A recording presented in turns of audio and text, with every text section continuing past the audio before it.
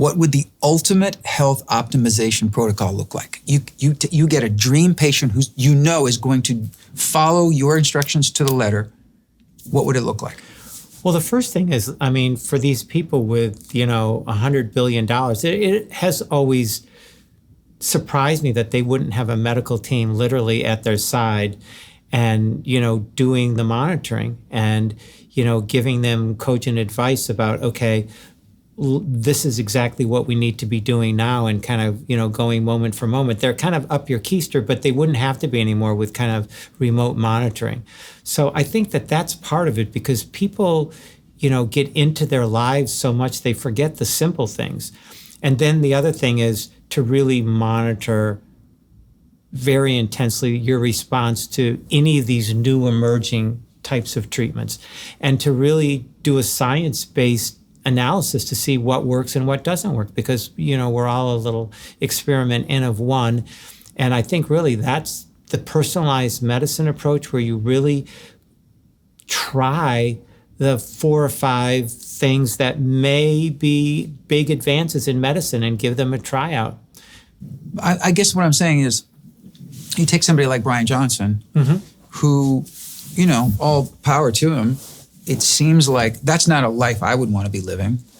And he's really into it and he's nerded out on it in a way that he's making a great living and he's become a celebrity because of it. But in terms of, I guess what I'm asking you is, how much would you have someone monitoring things and what would those things be? Would it be a daily, this is a guy that I think is constantly testing himself for 50 things a day. That's what he's advertising himself as the most tested person, but he's certainly not kind of the most functional. In other words, his VO2 max is close to mine and the amount of weight he can lift is close to mine and he's like 30 years younger. So it's not like he's in such great shape. Right.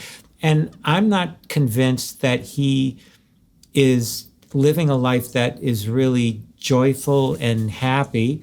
And, from what you read in the papers, obviously, there's issues with other people in his life. So I don't think he's maxing out on the enjoyment component, nor even the fitness component. So, I think that you need, people that aren't yes men.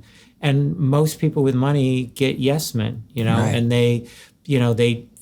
people want to tell the doctor what they want to go on. And so that's part of the problem. But I think if somebody had unlimited money, they would have a tight monitoring system where the doctor literally on a daily basis went over their numbers that were monitored from afar and just kind of gave them, an input. And unfortunately, the current monitor we have that you self-monitor, like let's just take the Oura Ring and it tells you how much deep sleep you had and what your ability to exercise is that day. I think that's all bogus information. Yeah, so right. A lot of the feedback is just stuff that kind of screws you up where you go, I feel great today, or I feel terrible, and it's saying I should do a full-on workout. And I think that's where people are misled. Yeah.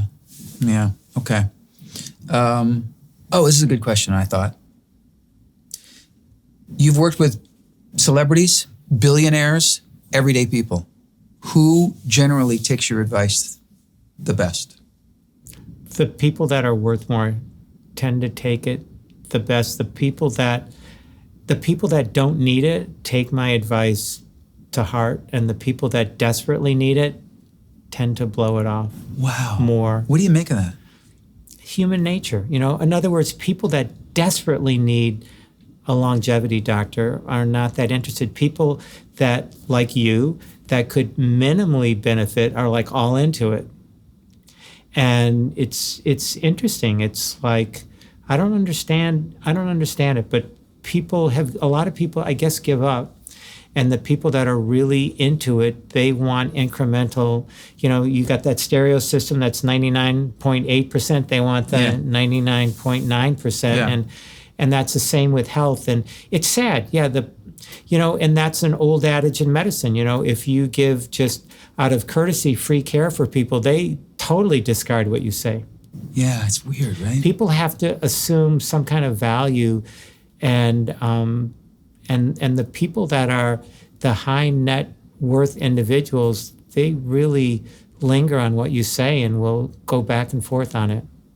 What's a perfect example in your case of don't do as I do, do as I say? What's something that you do that you know you shouldn't do? Well, I would say, sneak desserts periodically. So I've got a little bit of a sweet tooth. So I haven't quite fought off all my sugar. So that would probably be one of those things. I'm hoping, and I've kind of done the continuous glucose monitoring devices where my sugar doesn't really go up when I have sugar, because I mainly do it after exercise when I'm like sugar deficient. But, in a perfect world, that would be one area that may have some negative effects, even in the face of a caloric need, quote unquote.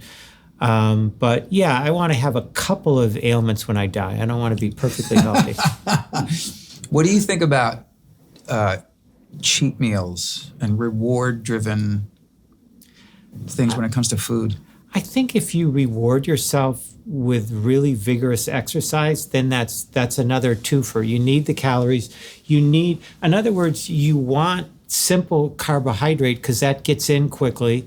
You want simple protein, whey protein, for instance, to get in quickly because you may get some benefit in terms of muscle synthesis by a quick absorption. So if you have kind of healthier, total food, the absorption may be much longer, and you have like fruit and vegetables, that carbohydrate is going to take a lot longer to get in. So there is a time that you might get a twofer, and you also can have, a sweeter thing if you do it post-exercise. So I try to do it mainly then. Yeah. And, I'm hoping for that twofer effect. And it seems to be true in me. But I've got an interesting thing that I just learned on I encourage everybody to wear a continuous glucose monitor and just see, hey, what's the effect of spaghetti? What's the effect of bread? What's the effect of, a banana? Because it's different person to person, right? Totally different person to person. And some people can tolerate fruit better or worse than others. And the other thing that was really odd for me was I found out when I start thinking about exercise, so first thing in the morning when I wake up, my sugar shoots up. So I never even realized this. This shows how little I know. The deeper you get in this, the more you learn. Your sugar shoots up because you're anticipating the workout? Anticipatory for exercise. Interesting. Yeah. And so if I do a fasting blood sugar and I'm going to do my exercise afterwards, I may get a spuriously elevated sugar. So, a lot of what we assume is gospel, you really start looking at this data in different individuals and you see really interesting stuff. Yeah.